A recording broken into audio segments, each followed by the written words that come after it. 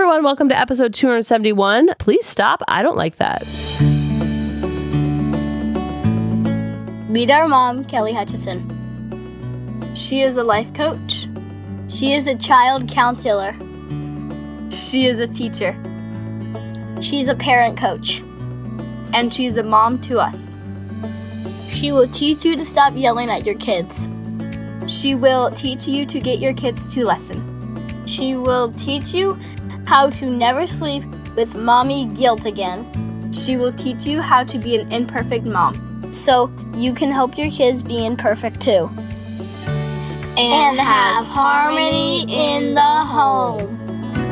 How funny is today's title? Oh my goodness. As I'm thinking of a catchy title, I'm like, no, I'm just literally going to say the title of what I'm going to talk about. So when I'm planning out different podcasts and planning out different points of value to help you, I try to do a nice mix between the tangible and the intangible of like seeing them as a child of God or a child for the universe, seeing them as their soul having human experience. That's all well and good, but when you're in the thick of it, it is hard to think of things on cue, on command, on like to have it pull out of your tool belt. So I'm always trying to think of things that worked in the classroom with 20 kids or sometimes 40 or 50 kids if I had two classes at once. So they'll work in your four walls. And one thing that really helped with my first graders was teaching them tangible words that they can use to stand up for themselves and to be assertive. Because you might have some children that are super, strong-willed and they don't put up with anything. And then you also have some passive kids too.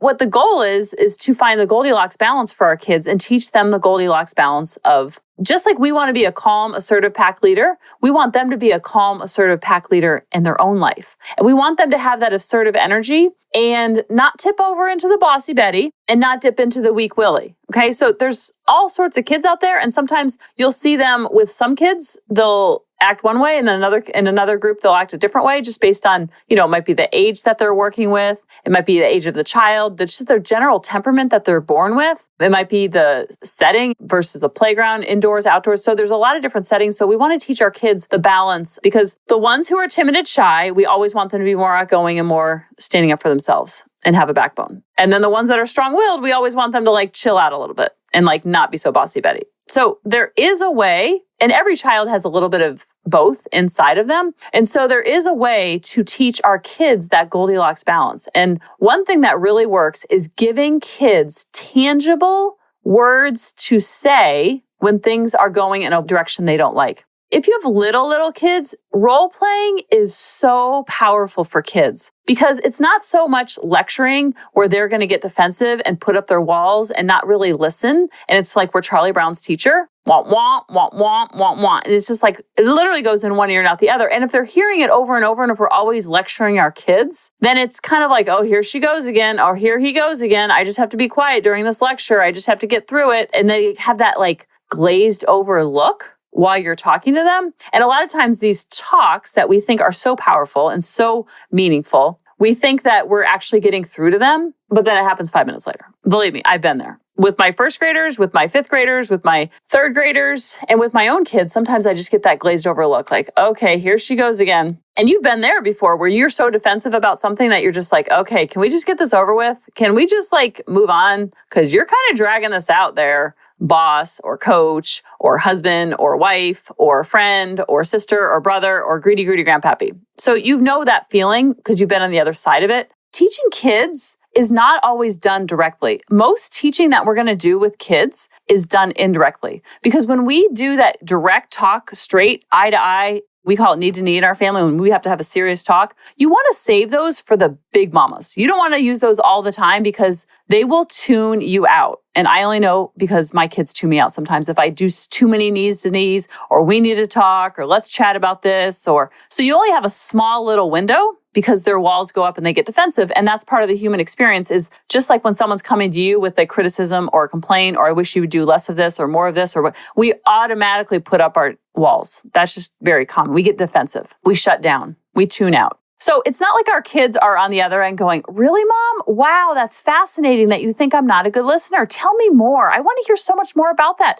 Oh, you don't think I should hit my sister? Oh, tell me more. I want to hear more about that. Oh, yes, mommy, everything you say is gold and I hang on your every word. Oh, you think I should eat everything on my plate? Tell me more about that. That's not what's going to happen. It doesn't happen in my house. It never happened with my students. And I probably can guess it doesn't happen in your house. Even when they're strapped in their seatbelts and they're in the back seat and they can't go anywhere, it's not like they're like, oh, really? Wow, tell me more. I want to evolve and grow. They're just like, no, I hit my brother because he made me mad. They don't have that pause, so to speak. So that's where we can really teach them about that pause. And we can teach them through role playing with stuffed animals, with puppets. When they're little, like 7 and below, they believe in make believe. So you want to get light and fluffy and you want to get on their level, not on their level as far as knee to knee, face to face, eyeball to eyeball, bending down, sitting on the ground. Not so much that when I mean their level, but you want to get on their level as far as their playful energy, their make-believe energy, the way that everything is just so larger than life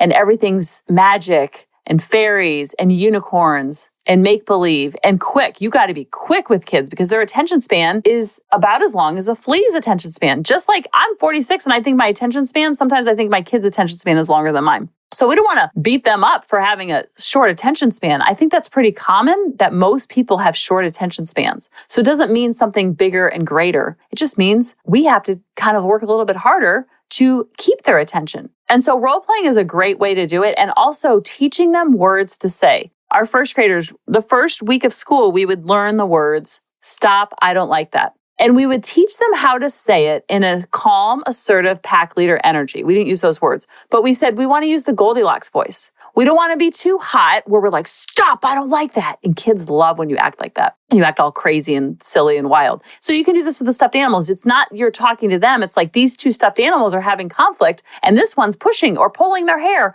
or cutting them or doing this or whatever the complaints are that are going on in your home. A great way to teach this is indirectly through the stuffed animals, through the puppets. And if they're older, a great way to teach this indirectly is with something that you're working with in your house or in your life, in your personal life, and with your spouse or with a friend or with a sister or with a brother or with someone on the street. If someone cuts you off, you can practice saying, stop, I don't like that. How do I say that so I'm not in this aggressive, strong, honk my horn, flip you off energy, but I'm also not doing it in a, we call it the cold voice, of stop, I don't like that. The whiny Whitney voice. We don't want to be whiny Whitney and we also don't want to be Benny Bully. We want to be Goldilocks right in the middle. And so modeling for our kids with stuffed animals or when you're on the road or when you're working with your spouse or even with your dog, you can do it with things that are inanimate. Like if you drop a dish, you can actually create these role play situations and they don't really have to be something that is really bothering you. You can act it up.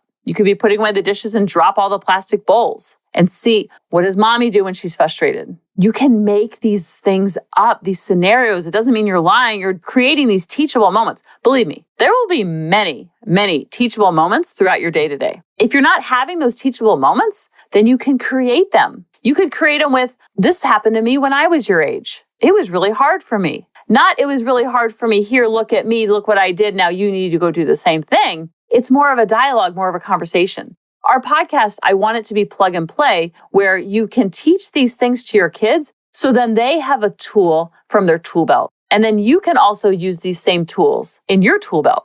Please stop, I don't like that. I would teach my first graders. This is something very empowering that I want you to try saying, at least if you have a problem with tattling in your house, try saying this 3 times before you come tell the teacher. We also had another saying in our classroom called ask 3 before me, meaning if you're having a problem, not so much a conflict with another student, but if you can't get the headphones to work on your computer, ask 3 before me, meaning ask yourself, ask a friend, and then maybe ask the computer, meaning like, what could I do if this computer was a real person? Again, everything's make-believe. So ask 3 before me. So I wanted my students to be super resourceful and I wanted them to be super respectful and I wanted them to be super responsible. At Naples Park, we had something called the 3 R's: respect, responsibility, and resourcefulness. And so ask 3 before me was a great way to empower the child when they're having problems with the computer to look within for the answers, or to their neighbor, which is fine, or to the computer and get creative, get curious, not furious,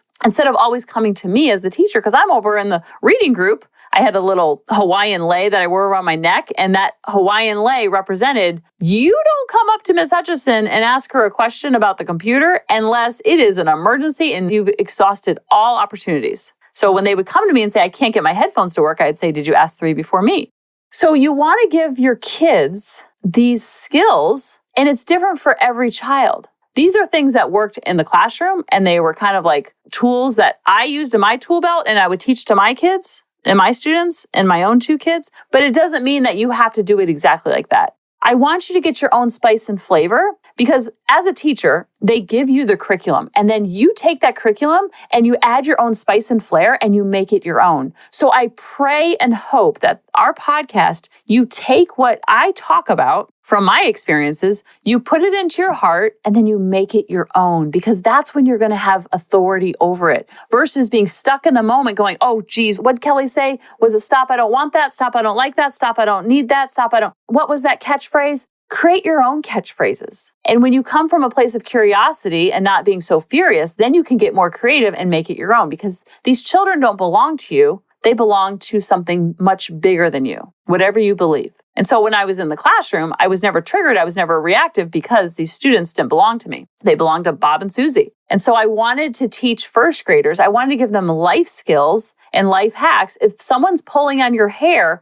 how are we going to say, stop, I don't like that 3 times? Not stop, I don't like that, stop, I don't like that, stop, I don't like that before we go tell the teacher, but please stop, I don't like that is the way you want to say it. So I would have kids come up to the front of the room. Again, I'm not pointing out any child. I'm not saying, look what Susie did, and now we're going to put Susie in the limelight. We're going to talk about this to death, and we're just going to have everybody tune out. I just brought up different scenarios of what they might be dealing with while they're sitting at their desk, while they're on the playground, while they're standing in line, while they're in the cafeteria. Because if we don't teach our kids these things, then they get in trouble for not knowing these things. It's kind of like giving them a spelling test on Friday, but never giving them the words, and then never teaching them strategies of how to remember different ways to spell words. So we have to teach them strategies. So always be thinking about what is a strategy that you use in your life so you can teach it to your kids, not directly, but teach it indirectly. How can we teach this indirectly? Now, there's lots of ways to teach things indirectly. You can do it through role modeling when it's another car, another person, another story you're talking about. You can do it through direct role modeling where you're sitting on the rug, you're sitting on the ground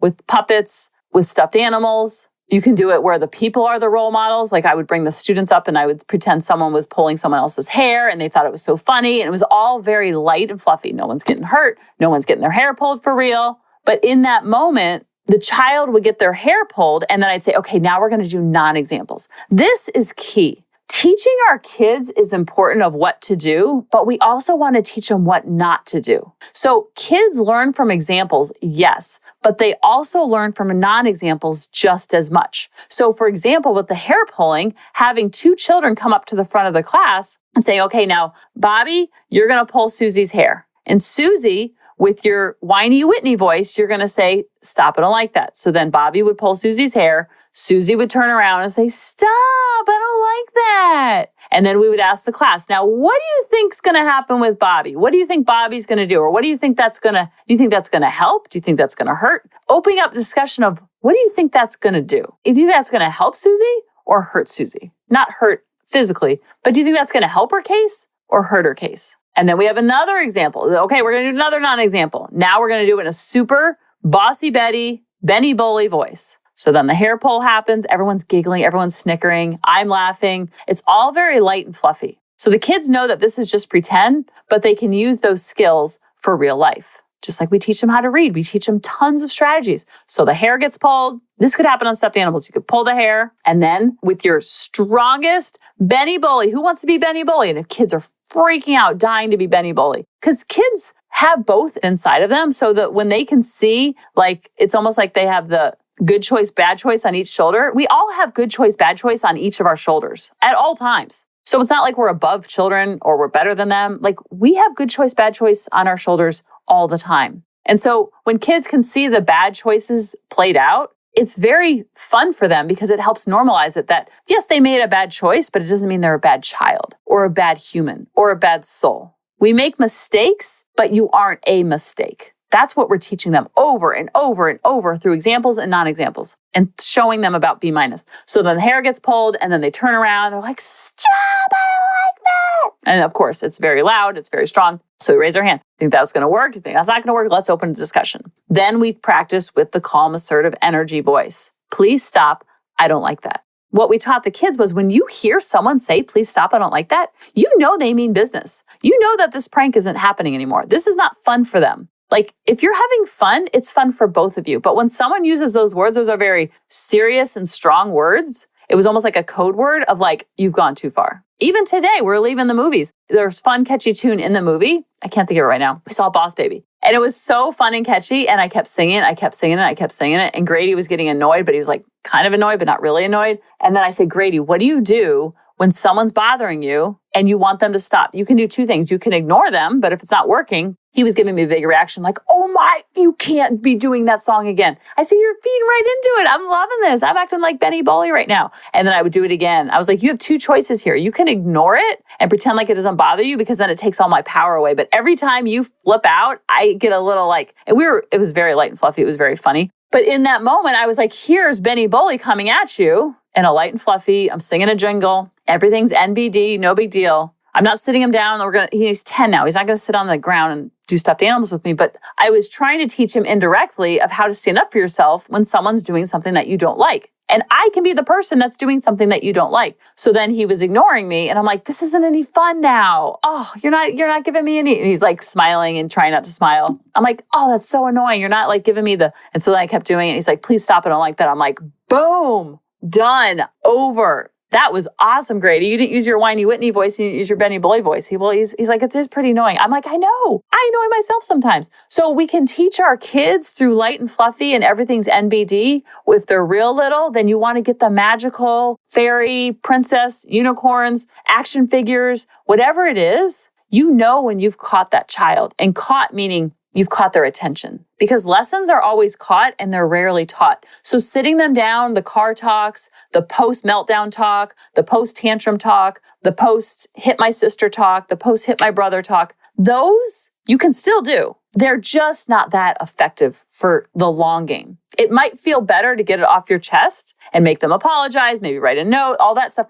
That's all going to be well and good. But during calm waters, that's when you're going to get the most powerful lessons and the most powerful things taught to children. And this is true for first graders, fifth graders. If you have one child, if you have 5 kids, those indirect conversations and those indirect examples, whether you're walking to the car, you drop the stuff in the kitchen, you do a pulling the hair, role playing, that is when you're going to teach the most. And teaching kids what to say and what to do when things don't go their way. Ask 3 before me. That's more if they're stuck in a jam. So they're not always coming up to you to open up the Gatorade bottle, or they're not always coming up to you to tie your shoes. Did you ask 3 before me? And ask 3 doesn't always mean ask 3 people, but did you ask yourself 3 questions? And you do that over and over and over. And then you can also model for them when you ask 3 before me. Oh, I really can't figure out how to hang this picture, but I need to ask 3 before me. You're talking out loud. You're playing it up. You're kind of an actress in your own life and you're teaching them about life through thinking out loud. Not, I can't hang this picture. What do I do? Oh my goodness, freaking out. Come over here. I want to teach you a lesson. It's like, oh, I can't hang this picture. It's so hard because it's not going into the nail isn't going into the wall like I thought it was. So I need to ask 3 before me. And you can even ask, if they're older, you can ask them for help as far as like, who should I ask? What should I do? Should I ask Google? Should I ask Alexa? I need to ask myself first. So we're always thinking and talking out loud so they can hear that mindset behind how you solve problems. Because if we're having a hard time hanging a picture, they're going to have the same hard time when their headphones don't work or their Alexa doesn't work. And that ask 3 before me empowers them to be resourceful. And then, of course, when you hear them doing that or you see them using those words, stop, I don't like that, you reinforce. And then you can also do the stop, I don't like that with them. And then they know like, oh, and you can model for them. Please stop, I don't like that with your assertive voice. We were playing catchphrase the other day and the buzzer was still laying on the table and Grady just kept going, bzz, bzz, bzz. I'm like, can you not do that? Because that really, that hurts my ears and my misophonia. And he kept doing it. And I was like, please stop, I don't like that. And he's like,